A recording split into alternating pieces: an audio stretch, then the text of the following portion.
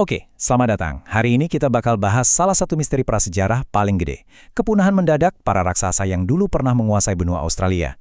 Ini tuh cerita soal dunia yang hilang, dan yang lebih penting lagi, pertanyaan soal, apa peran kita dalam semua ini? Nah, ini dia pertanyaan utamanya. Puluhan ribu tahun lalu, Australia itu isinya raksasa semua. Tapi sekarang, nggak ada sisa, lenyap. Jadi, apa yang sebenarnya terjadi? Yuk kita coba cari tahu bareng-bareng. Coba deh bayangin, ada dua versi Australia. Yang satu, Australia prasejarah, isinya ada kanguru raksasa, ada Diprotodon, itu loh, hewan berkantong segede badak. Bahkan ada kadal yang beratnya 1 ton. Gila kan? Nah, di sisi lain, kita punya Australia modern yang kita tahu sekarang, hewannya jauh lebih kecil semua. Beda banget. Seolah-olah ada benua yang tadinya penuh megafauna, tiba-tiba aja isinya jadi hewan-hewan yang ukurannya lebih normal. Oke, sekarang kita masuk ke bagian pertama. Kita lihat dulu siapa aja sih korban dari misteri ini. Ini dia nih, petunjuk pertama dan mungkin yang paling penting. Kepunahan para raksasa Australia ini waktunya itu pas banget atau nggak lama setelah manusia pertama kali datang ke benua itu. Kira-kira antara 40.000 sampai 30.000 tahun yang lalu. Kebetulan? Kayaknya nggak deh. Nah, ini yang membawa kita ke bagian selanjutnya dari cerita ini. Karena gini, cerita kepunahan ini ternyata nggak bisa dipisahkan dari salah satu pencapaian paling luar biasa dalam sejarah manusia, yaitu perjalanan menaklukkan sebuah benua yang sama sekali baru. Coba kita lihat timeline-nya ya. Dalam waktu yang relatif singkat, manusia itu menyebar dari Eurasia, terus jereng mereka melakukan lompatan besar sampai ke Australia dan Papua yang waktu itu masih nyambung jadi satu daratan. Dan mereka nggak berhenti sampai di situ loh. Mereka terus bergerak sampai ke pulau-pulau yang lebih jauh lagi. Jadi ini bukan sekedar migrasi acak-acakan ya. Ini adalah sebuah ekspansi global yang cepat, terencana, dan skalanya itu belum pernah ada sebelumnya. Nah, poin ini benar-benar penting. Kenapa? Karena sebelum perjalanan ini, nggak ada bukti sama sekali kalau manusia pernah pakai perahu atau apapun itu untuk nyebrang lautan lepas. Jadi ini tuh sebuah lompatan teknologi dan keberanian yang, wow, luar biasa. Ini benar-benar mengubah cara kita memandang sehebat apa nenek moyang kita dulu. Dan gini, untuk sampai ke Australia dari Asia, mereka itu nggak cuma nyebrang sekali, mereka harus melewati setidaknya 8 selat yang berbeda. Bisa bayangin, setiap selat itu tantangannya sendiri. Dari semua itu, yang paling gila adalah penyeberangan yang jaraknya minimal 80 km. Nah, yang bikin ini luar biasa apa? Dari titik mereka berangkat, daratan tujuannya, si Australia ini sama sekali nggak kelihatan. Jadi mereka itu benar-benar berlayar ke arah cakrawala yang kosong. Nekat banget. Jadi kalau ada yang bilang, mungkin mereka cuma sekelompok kecil orang yang nggak sengaja hanyut, bukti yang ada membantah itu semua. Kenapa? Karena setelah sampai, mereka lanjut lagi mengolonisasi pulau-pulau yang lebih jauh, kayak Pulau Buka misalnya, yang butuh nyebrang laut lepas lagi.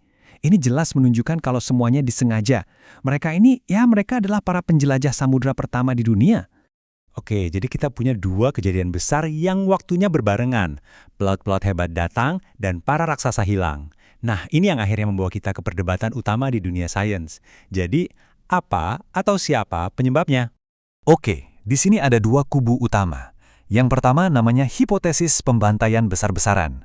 Logikanya gini, hewan-hewan di Australia ini kan evolusi jutaan tahun tanpa ketemu manusia. Jadi mereka nggak punya rasa takut sama sekali. Mirip kayak kasus burung dodo atau moa. Mereka jadi mangsa yang gampang banget buat para pemburu manusia yang super canggih ini. Nah, di sisi lain ada hipotesis iklim. Pendukung teori ini bilang, tunggu dulu, mungkin bukan manusia penyebabnya, tapi perubahan iklim ekstrim, misalnya kekeringan parah. Alasan mereka? Bukti langsung kalau manusia berburu hewan-hewan ini, kayak situs pembantaian gitu, jarang banget ditemuin. Nah, disinilah letak pertanyaan yang paling menusuk buat teori iklim. Logikanya gini, dan ini penting banget. Kenapa raksasa-raksasa Australia ini, yang udah berhasil selamat dari jutaan tahun kekeringan dan perubahan iklim lainnya, kok tiba-tiba punah semua barengan? Dan anehnya, waktunya itu pas banget sama kedatangan manusia pertama. Ini yang bikin curiga. Dan data ini makin memperkuat keraguan tadi.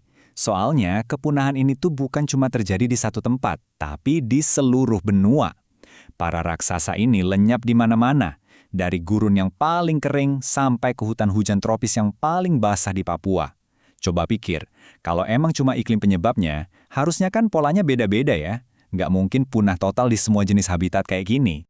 Jadi, mau apapun penyebabnya, satu hal yang pasti, kepunahan ini meninggalkan warisan yang luar biasa dalam, dan dampaknya itu mengubah sejarah manusia di benua itu selamanya.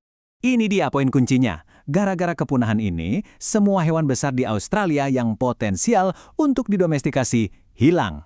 Bayangin, hewan yang bisa jadi sumber daging, susu, tenaga buat bajak sawah, atau wool, lenyap selamanya.